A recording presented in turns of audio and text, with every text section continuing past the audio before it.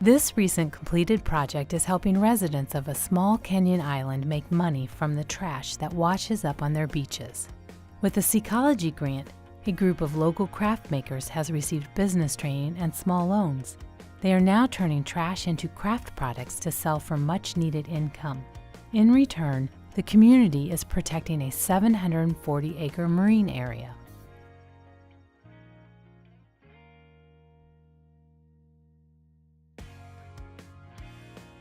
A public ceremony marked the completion of this project, unveiling the Seacology-funded mobile touch tank. The tank, with sea creatures from local waters, will be taken to schools and summer camps in the Bahamas. It will give kids hands-on experience with these creatures and help them appreciate the richness and importance of the island's marine environment.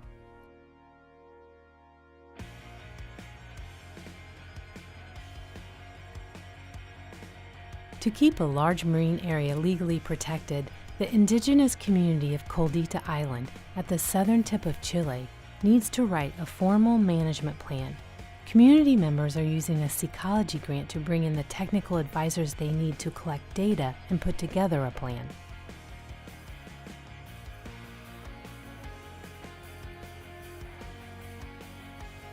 On Colombia's Isla Grande, Seacology is funding a trash recycling and composting facility with the goal of reducing pollution around the island.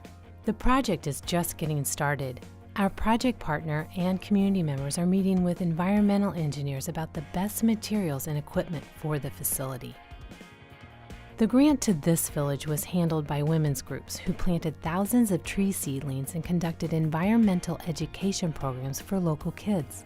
With a Seacology grant, they built a small community center. Some grant money was left over, and we approved using the extra funds to install bio-toilets and to build a wall around the center. The community on this island west of India's mainland is protecting a mangrove and marine area.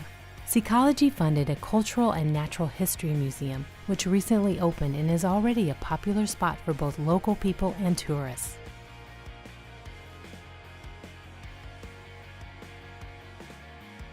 This lovely building, built in traditional style, is being used by local women to create intricate woven products and as a site for community meetings.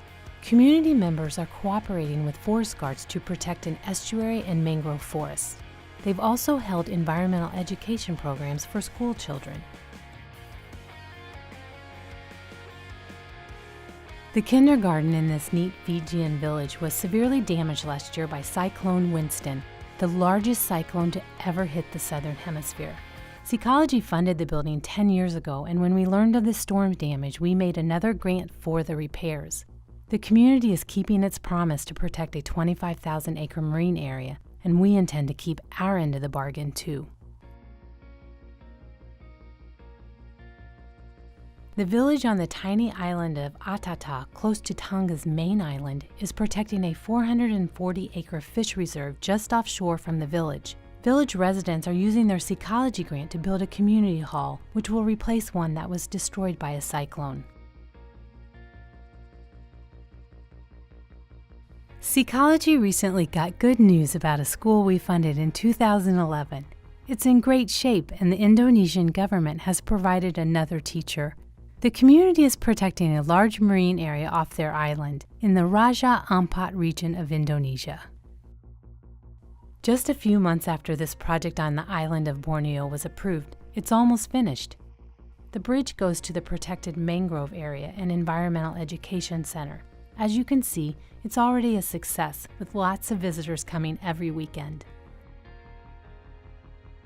Earlier this year, Seacology received a large grant from the Global Resilience Partnership, which allowed us to expand our nationwide mangrove conservation project in Sri Lanka. Construction has begun on a new job training center for disadvantaged women in the country's north, funded by this grant.